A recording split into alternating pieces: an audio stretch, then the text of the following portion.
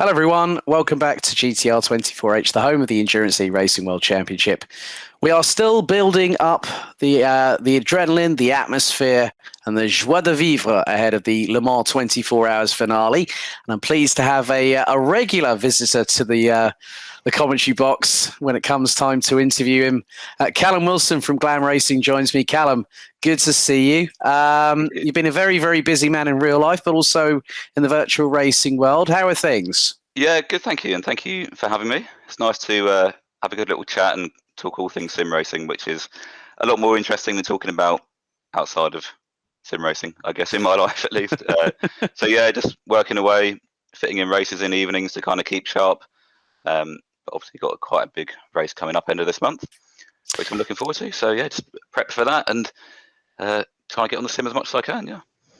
Yeah, I think there's been an upward trend for Glam Racing at the moment. You know, 2 top 3 finishes in the last 2 rounds, and now you guys are sitting 4th in the championship. It was really, really good to catch up with Team Boss Maria not too long ago. But how's the feeling in the camp leading towards the Le Mans finale? Yeah, pretty good, I think. It's quite funny, actually. You talk about the streak we had, and I think they are the 2 races where I've had the least involvement. So for the first one, I think it was it Nürburgring where we got our first podium. My wheelbase completely died after about 40 minutes. Oh dear. So I had to kind of write myself out of that one because I just didn't want to take anyone else out. Yeah. You know, I think it was turning only left on a right-hander circuit. It's not ideal. Oh. So I kind of ruled myself out of that one, but we still got a podium. You know, we had to pull the plug, lose 3 laps, all of that fun. And then for Spa, I was at the touring cars in Thruxton. So for that weekend. So I missed all of that as well. So the other guys did a great job. And I kind of cheered them on from Discord, sent them encouraging messages from my hotel in Thruxton. So yeah, great, you're doing good. This is what happens when I'm not there.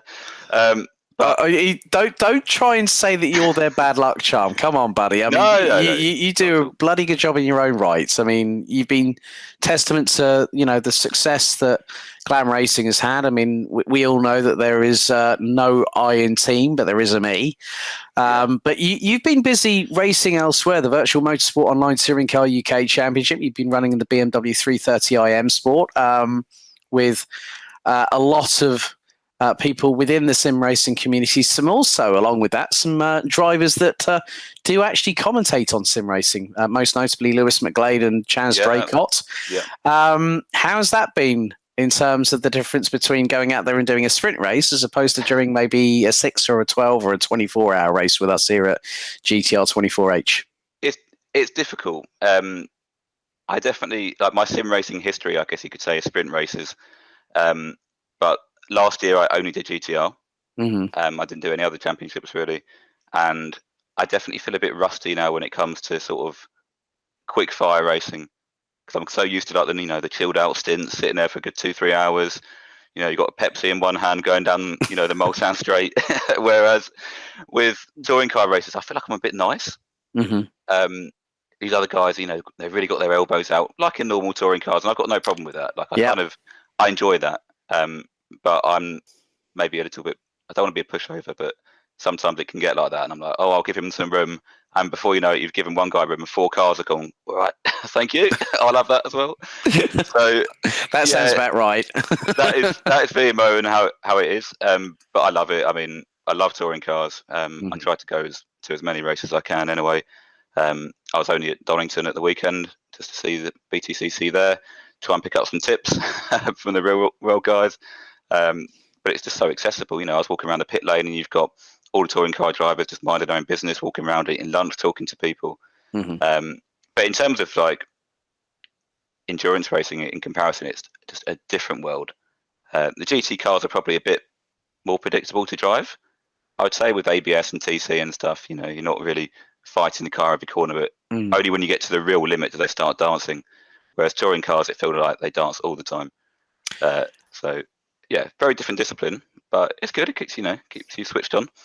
Well, especially as the car that you're actually driving in the TCUK Championship is actually rear-wheel drive anyway, so it's quite nice to have a bit more experience in something different that can actually help to accentuate the skills that you have as a GT3 driver in GTR 24H. I mean, how's things been in the build-up for you guys at Glam? I mean, has there been much talk about what strategies you're going to put into place? Who's going to do what stint? I mean, yeah. Last year, I think we played it quite conservative. Trying to eke out as much fuel as we possibly could, and if we could get an extra lap compared to other teams, then we'll try and do that. But we certainly found out throughout the course of this season, really, that everyone is just doing, soft tyres, maximum attack every single lap, and we were thinking, oh well, we'll just try and do medium tyres, double stint them if we can. And I don't know what our approach will be just yet. We've still got to work that out. Maybe a bit of a hybrid of conservative, but not as conservative as last year. But that all being said, last year it was working. We were leading at one point, and then the engine blew. So with about I think we were 9 hours in. So I think we did everything right last year. So we know we've got to do more of the same. We've got a couple of new team members helping out, a couple of new drivers since last year, so that'll be exciting. See how they get on. But they've done a couple of races with us this season already. So, I think we've got a few things to work out. We've only got a couple of weeks, really. Yeah. So, pressure's on. Yeah, I think also when we had the mid-season BOP adjustment as well, not just for yourselves at Glam, but also Unison Racing, who lead the championship from Mugen Sim Racing by 20 points. I mean, it didn't take as much. I don't think it affected the Aston as much as we all thought it might. For me, it feels better. Not in terms of drive. I can't tell the difference of 10 kilograms weight or whatever it was they added, or 10% less power. But it does feel more in line with the other cars now. I do like a casual little league with some friends on a Tuesday night where it's the GT cars from R Factor. And I do drive the Aston just so week in, week out, I'm still driving the car regularly. It's not a shock every time I get in it. Yeah. And it's actually really well balanced. It is up there now as one of the quicker cars. We all know it well. Yeah. I don't think it's the quickest, but at least we know it. I'd much rather go for 5% slower, but everyone's comfortable in the car and is happy with it, than something that's potentially quicker, but you might make a mistake in. I think it all comes to the old adage: if it ain't broke, don't fix it. And that's what the whole team at Glam Racing has done all season. You've kept it consistent in the first 3 rounds of the championship. And then we had Nürburgring where you guys got P3, and then Spa-Francorchamps. There's one more step that is eluding Glam Racing, and that is the top step. Yeah. Do you guys think that you have, guys and girls, have a potential opportunity of maybe going for the victory, depending on how things play out? Yeah, I can't see why not, because if we think about this time last year, and we were a new team, completely inexperienced. I hadn't done a stint longer than an hour before last season. And some of the other, we hadn't worked together, the other drivers either. And now we're a year on, same car. Yeah. I don't think, and we were leading last year, right? So it's 24 hours. Everyone will probably have a big crash or disconnect at some point. True. That tends to happen. I'm sure. Well, I think the biggest disconnect hoo-ha we saw was with Musto GD Esports being put onto slicks in the pit lane or in the garage after having a disconnect. And then all of a sudden going out of the pit lane, going 180 and hitting another car. So it does go to show that things do happen, and it was definitely a case of threes for Musto on that particular occasion. But yeah, like you say, anything can happen. We're at the mercy of technology in sim racing. Yeah.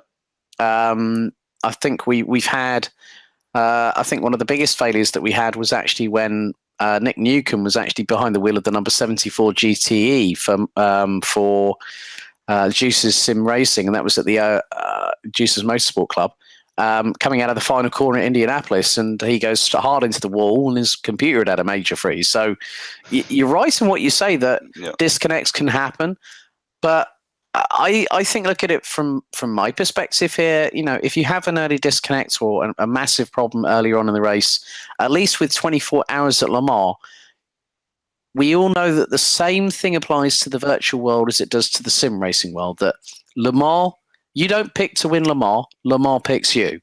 And that could be very, very crucial along with having the right strategy, the right bit of luck, and having a good consistency around the circuit. I mean, it's quite fearsome, nearly 14 kilometers, and you're lapping them in just shy of 4 minutes in a GT3 car.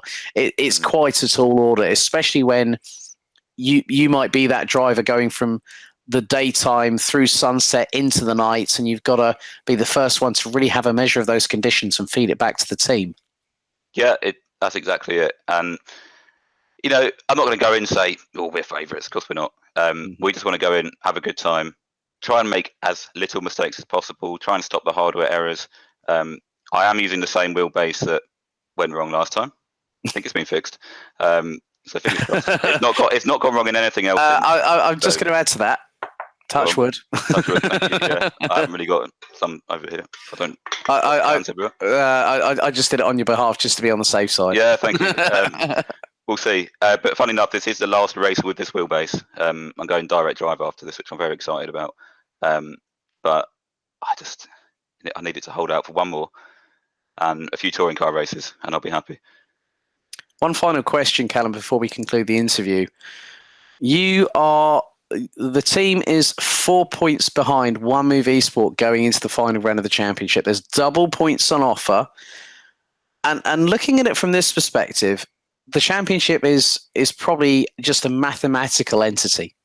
But there's an opportunity for Glam Racing to maybe even get up to third place on the overall podium.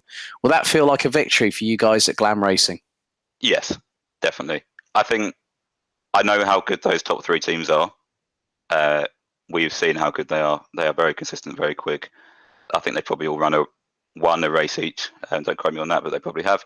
And we know it's tough to beat them. It's going to be really, really tough. So if we can sneak into that top three, I feel like at that stage we're probably punching above our weight a little bit in terms of how the season's looked, just in terms of pace. But like you say, every race we have got stronger, so we can take that. If there's double points and we're only a few points off, of course we can. We just got to finish above them, really, and then you've got it. So why not? Nothing to lose from that perspective. Just want to have fun and see how we get on. Well, Calum, thank you very much for your time. We wish everyone from here at GTR 24H all the very best of luck to all the team at Glam Racing, and we look forward to catching up with you all at the 24 Hours of Le Mans GTR 24H EEWC finale. Thank you very much. Can't wait.